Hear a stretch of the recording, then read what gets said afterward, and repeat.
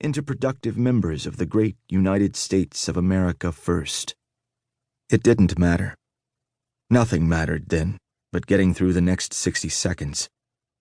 Lara heard all sorts of details later without meaning to. Right now, though, she lay flattened and breathless under the weight on her back. Life and hope and air squeezed out. "I love you," the captain whispered in her left ear, hot, sour breath against her dark hair.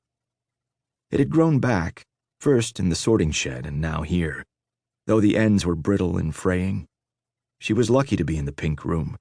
The plywood stalls downstairs could see as many as 6, 7 an hour between first roll call at 0500 to midnight. No breaks, no lunch. Up here in the rooms named for colors, though, there were special clients. A special diet, too. More calories than the average camp hog, especially a 29er could dream of. Exemption from even light labor in the sorting sheds.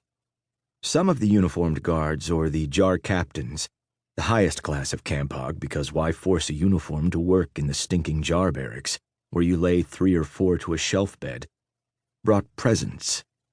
Tiny containers of scent, either liquid or paste, not enough to get drunk on. Lipstick, it was edible, more welcome than the damn cologne. They often brought food, the best present of all. Cigarettes to trade. Some of the girls here drank the colorless, eye-watering liquor the uniforms were rationed, instead of trading it away for more substantial calories.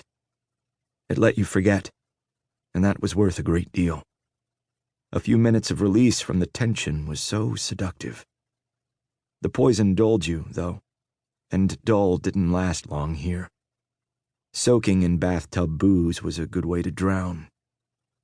"I love you," the captain repeated, the hiss of a zipper closing under his words. The mattress had finished its song of joyless stabbing, and it barely indented under her slight, lonely weight. "I've organized a car, and gas, a good coat. I'll come back and get you."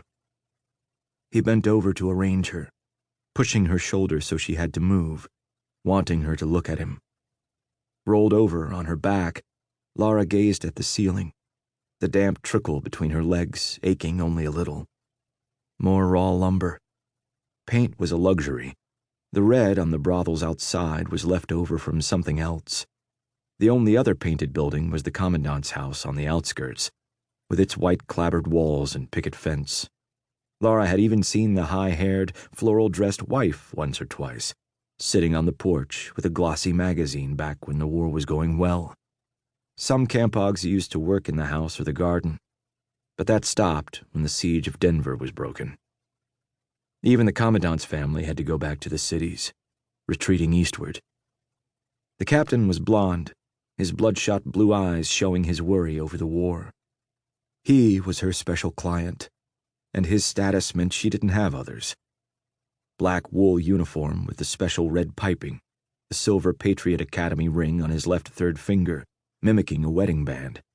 The back and sides of his head shaved, but the top longer. He'd begun growing it out a little while ago, when the war turned. He examined her while he buttoned his outer jacket, settling his cuffs, made sure he was zipped up completely.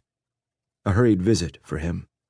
How many hours had she spent in this room, blessedly alone, and how many with him, talking at her, unloading his worries, his thoughts, words dripping over every surface, trying to work their way in. Most of her energy went toward being impervious, locked up inside her skull, building and maintaining walls for the steel bearings rolling inside her, so their noise could drown out everything else. "I'll be right back." The captain bent over the bed again, and his lips pressed against her cheek. There was almost no pad of fatty tissue over her teeth. Still strong. They hadn't rotted out yet. Childhood fluoride had done her a good turn, and with McCall's crew, there had been pine needles, berries, ration bars with orange flavor and minerals, all in one nasty, grainy mouthful. She was lucky, really. And how fucked up was it that she knew? The question was a waste of energy. Here, you couldn't afford to ask. Every effort was